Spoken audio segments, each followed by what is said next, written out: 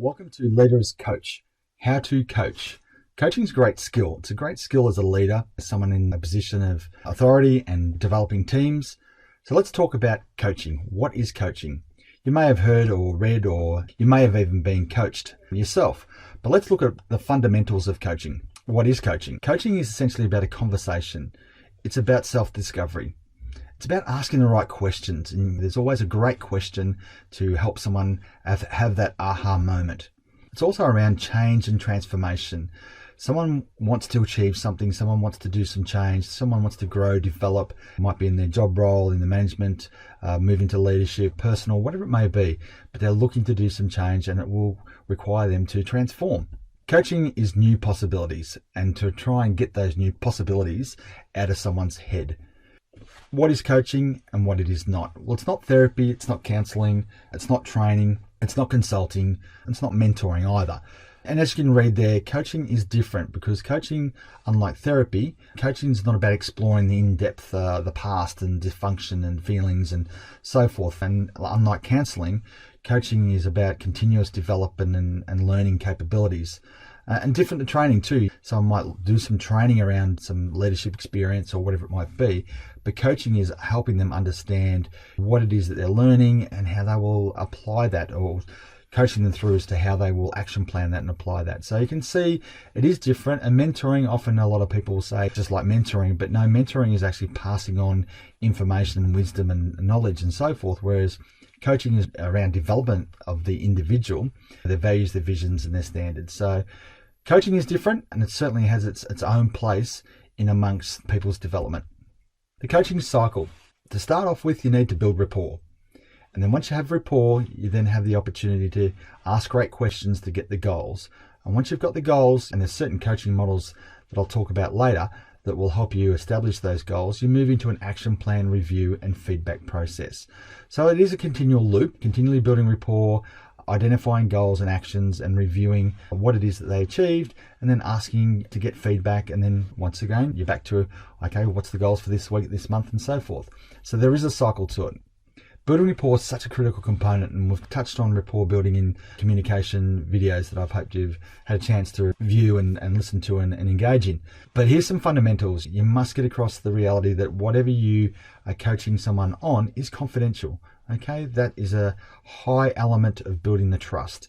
And there's got to be a real ethics involved in it. You must appreciate that they're sharing perhaps a lot of personal detail, a lot of thoughts that they've never explored. And they must understand coaching is an ongoing. It's not a one session fixes it all. You must have an ongoing relationship with your coach, and as a coach with your client, to build that real pathway to success. And this one's really critical, having experienced it myself personally. Dual role relationships. I advise anybody in the coaching space, don't coach friends, family, and people that you have a personal or a connection with, because it just doesn't work. You're better off to let them be coached by somebody else. In the workplace, well, that's a different environment. You're coaching them by asking language, asking questions. When to coach? Great, insight is you've got to have the right environment, the right time, right plan, and right person. There are a lot of coachable moments with employees and direct managers and supervisors that you may be working with, but you must pick the right environment. You can't be in the corridor, or it can't be just sitting around the couch. Make it professional, make it constructive. Try and make sure you pick your time to ask those questions so they have time to reflect and explore. And then make sure that they've got the right plan and you have the right person. You can't coach someone that doesn't want to be coached, is what I'm saying. So that's really critical that you understand that. Coaching styles, this is just a quick reflection on what styles there are. Grow model, which is something that I use every day. And I've got a handout on the Grow model, and I've certainly got another video where it dives into the Grow model in a lot more depth. Grow model is about that, the goal, the reality, the options, and the way forward. It's an effective way of building a framework around where someone's at and how they'll get to where they want to be. NLP, neuro-linguistic programming, great to understand the communication and build that rapport, and it's certainly on the deeper looking communication video.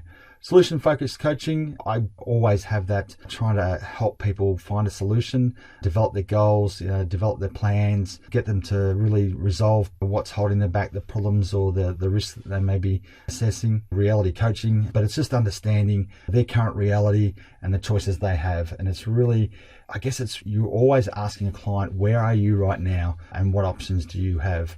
The past is the past. And that's what I love about coaching. It is a future-based process, and it's really trying to understand how to help someone move forward. Coaching feedback, there is a bit of a process to it. You need to observe someone's performance. You need to listen and communicate the impact, analyze their performance with them, get them to give you feedback around, how they assess their performance and the impact it's having on their role or their team. And what solutions have they come up with? What things have they learnt and what discoveries have they made? What aha moments have they been able to tick off? And the planning is so critical. What daily, weekly, monthly, quarterly things are they planning to do, and how do they implement that and monitor that every day, and how do they give you as a coach that feedback? I personally believe, and all the coaches I've worked with, it's around follow through. It's the accountability of it all, and that's what I love. You've got someone that's going to hold you to account, and someone that you have to come back to and talk about your actions and your goals.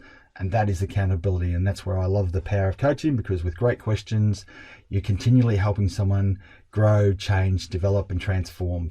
Quick video on coaching, just to give you some basics. There are a few handouts that will be attached just to help you with this process, but you can't manage the scoreboard. You can only manage what people do. And I love coaching as a leadership tool. I'm sure you will too. Hope that helped. I'll work with your coach on some coaching skills if that's what you would like to do, but certainly it's a great part of your toolkit as a leader. Hope you enjoyed the video.